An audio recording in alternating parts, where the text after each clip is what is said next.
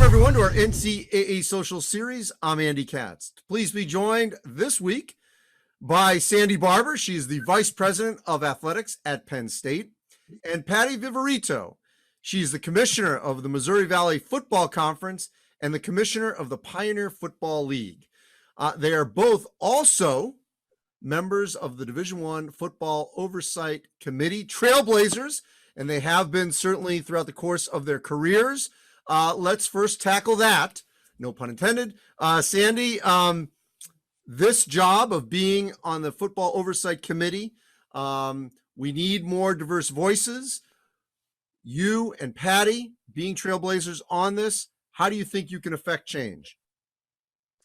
Well, I think they're the same voices that Patty and I bring to all of our various different roles, whether it be committee work or our works in our conferences, or here for me on my campus at Penn State. It's a matter of years of experience, a variety of different experiences, and for both of us, it's been both as growing up and then in our professional lives. Football has been so central to everything that we've done, and it's always been just a great experience and a central part of all of our roles. And so we bring all of that. We bring ourselves and our own personalities to it every day.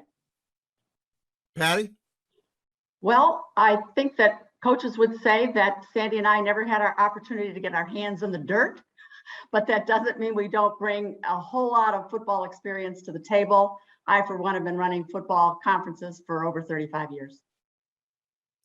You know, it's interesting. I don't know, 5 or 6 years ago, I was talking to a senior assistant athletic director, and she was trying to become a higher level AD. She had been at a non-football league, and she was telling me how critical it was that you got to get to a football, program, and then you can become a major football AD or commissioner. When did you, both of you, see that change of the need for that experience and really the need for more diverse voices in this sport? I'll start with you, Sandy.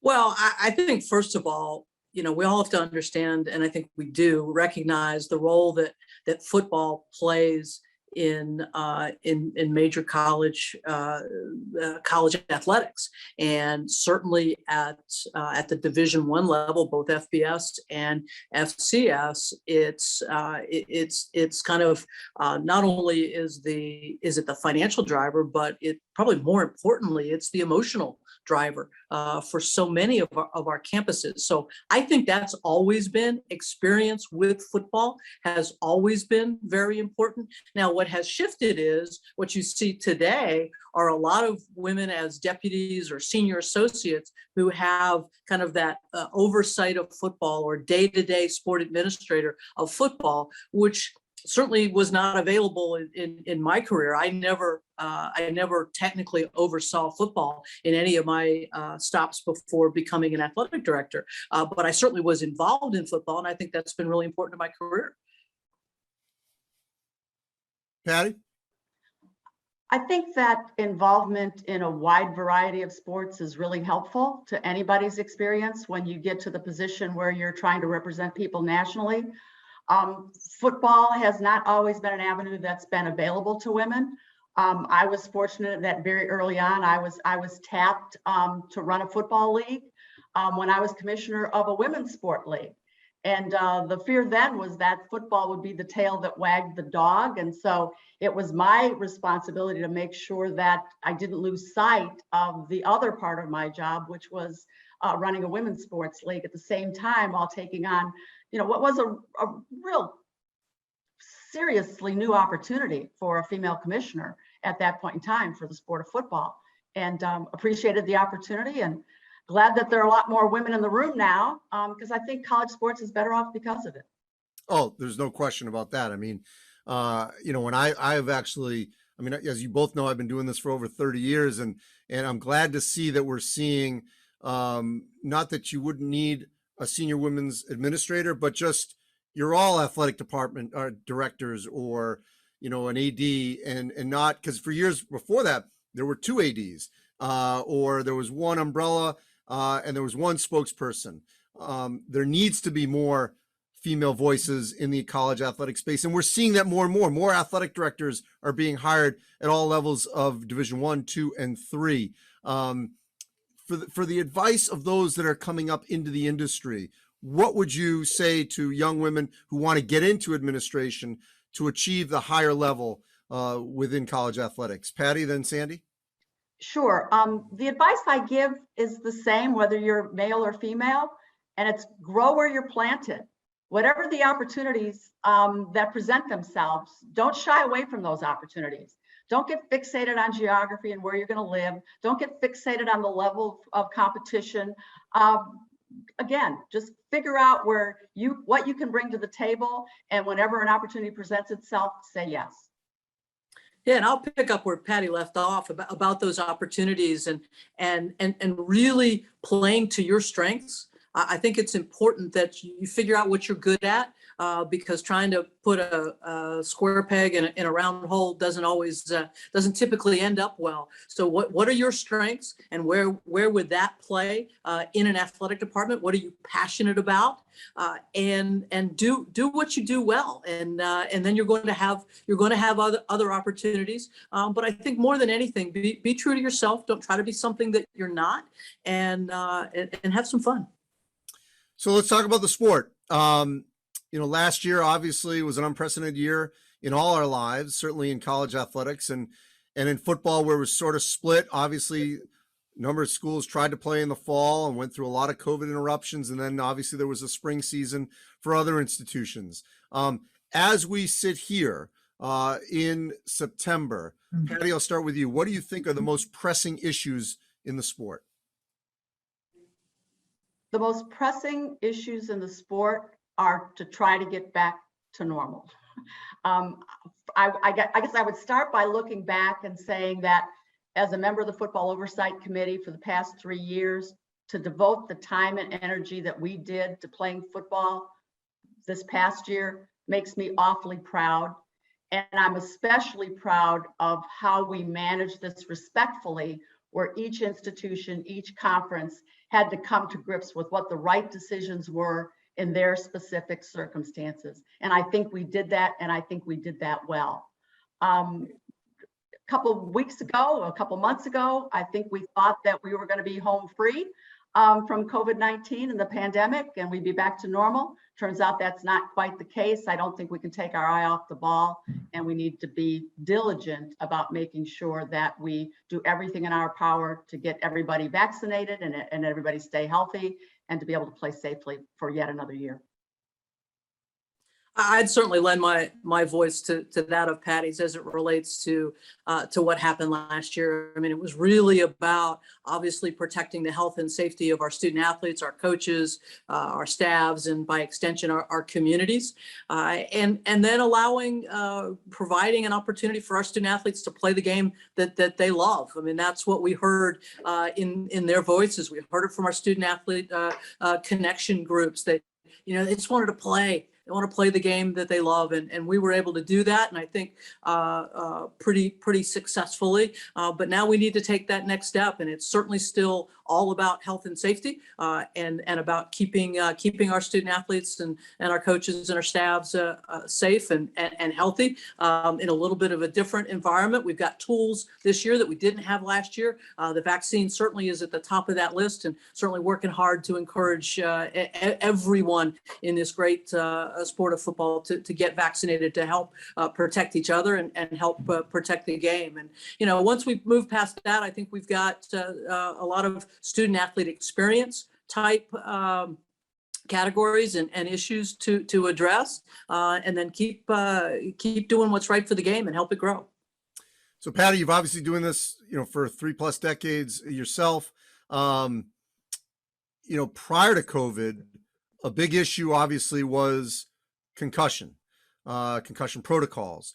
During your time of managing this sport, how far have you seen that issue evolve to being much more on the forefront of health and safety and becoming an issue where we're not on the other side of it, but certainly much more cognizant of conditions of student athletes during a game, practice, and so on? I think there's been dramatic change in the level of education, the level of knowledge that our coaches and our administrators bring to this issue. I think we have the data now to support decisions that we make as an association to protect the health and safety of our student athletes when it comes to repetitive head injuries. I see a major difference in how practices are managed in a way that reduces those competitive impacts because it's necessary. And I don't see any resistance from the coaching community. They're looking for direction, and I think they welcome that direction. And I think the Football Oversight Committee and the Rules Committee has done a very good job with the help of the science, the data that we have to support those changes. You know, and Sandy, another major issue over the last couple of years has been targeting, which is also yet another health and safety issue around the game. Where are we now on that? Well, I think that continues to be the talk of the media and the talk of a lot of fans. And again, we need to continue as a football oversight, obviously in partnership with other committees from an NCAA standpoint, in looking at what's best for protecting student athletes, protecting their health and safety, but at the same time, allowing them kind of the ability to play the game and not imposing too much upon the game. So I think it's finding that happy medium, but that always continues to protect health and safety.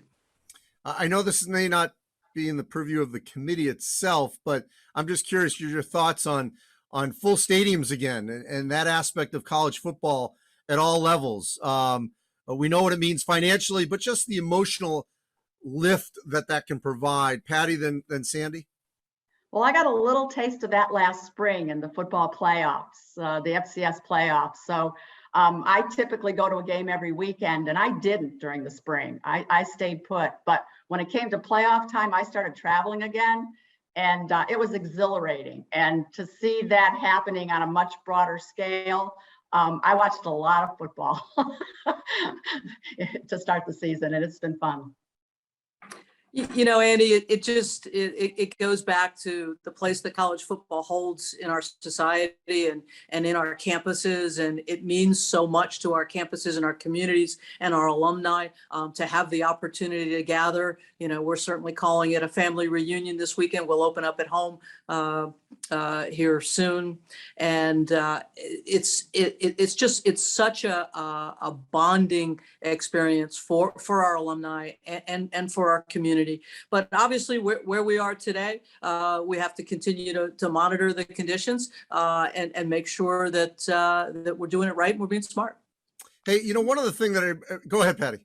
I was just going to add one thing because I think this is really important. Focus has been on playing safely and bringing fans back into the stadium. One thing I heard recently from our athletic directors in the Missouri Valley Football Conference is that the students are showing up in large numbers, even without like a specific marketing effort to draw them. The students are ready for football to be back.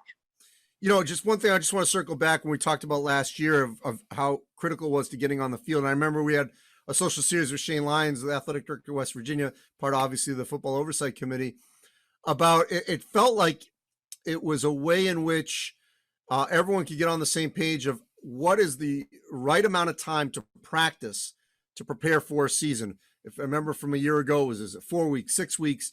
And it really allowed a full discussion of what's a safe way to prepare for a season, not just as we were gathering for COVID, but also, musculoskeletal injuries and things that you got to make sure that you're ready to deal with, and even hitting. How much in this year of really diving deeper into the sport did you discover, each one of you, of what was important and almost prioritizing of the way the sport should be managed, because you almost had time to really peel back every aspect of it? Patty, then Sandy? Well, our situation in FCS is a little bit different. So Sandy might answer this differently than I will. The big question for us in FCS is you play in the spring and you turn around and 3 months later you play in the fall. Is that too much football? Again, it's a long season, so I'm not ready to climb out on this limb, but in the early going, our experience in the spring seems to help the readiness of our teams in the fall. We had a lot of FCS, FBS upsets in the early going, and I think that's reflective of the preparedness that we had in playing in the spring. That said, it's an awfully long season, and I don't know how that's going to play out when we get to week 8, 9, 10. As an FOC, we're in the middle of some comprehensive work around playing and practice season, and there's no doubt that kind of the testing, if you will, that we underwent last year with the start and stop and restart of the contemplated season from the summer into the fall last year. For those of us that did play in the fall, that helped us to understand some of those limitations where that how much practice is required, both from a skeletal standpoint, as well as from a mental standpoint for our student athletes. So I think that will be helpful as we look at this extended comprehensive look at playing and practice season, and it'll be an important element. So lastly, both of you obviously have day jobs, as I said at the beginning, and have chosen to be on this committee and other committees in the past. And for those that are watching that are climbing up maybe the food chain within the respective administrations at their schools, what's the benefit of being on a committee, a national committee that can take up quite a bit of your time? Patty, then Sandy. Every single opportunity that I've had to be of service to the NCAA, regardless of the committee, has made me a better commissioner, whether it's through the experience I get or the people I meet, or just the better understanding of the issues more broadly than in your own backyard. I strongly advise people to take the time, make the effort to get involved each and every opportunity that's presented. I think, Andy, as you weigh that, because it can be seen as taking time away from your commissioner or your campus responsibilities. But I think just what Patty just mentioned, you bring so much back to your campus, whether it's information, whether it's experience, whether it's perspective, and I think you are better and you bring more value to that day job that you mentioned, and then just individually, whether it be personally or professionally. My committee work at the NCAA level over the course of a number of years, more than Patty and I care to admit to, has really given me a lot of joy in terms of the people that I've met and the relationships that have formed, and some of them have benefited me professionally, but all of them have benefited me personally in terms of the joy they've brought. Well, Patty and Sandy, I appreciate both of your time here. I know both of you have got quite busy falls, but that's good. We're glad we're both busy, or all of us are busy this fall here in 2021 and going into 2022. Appreciate all of you. And as always, you can go to ncaa.org/social series, where all our social series are archived. Thanks for watching.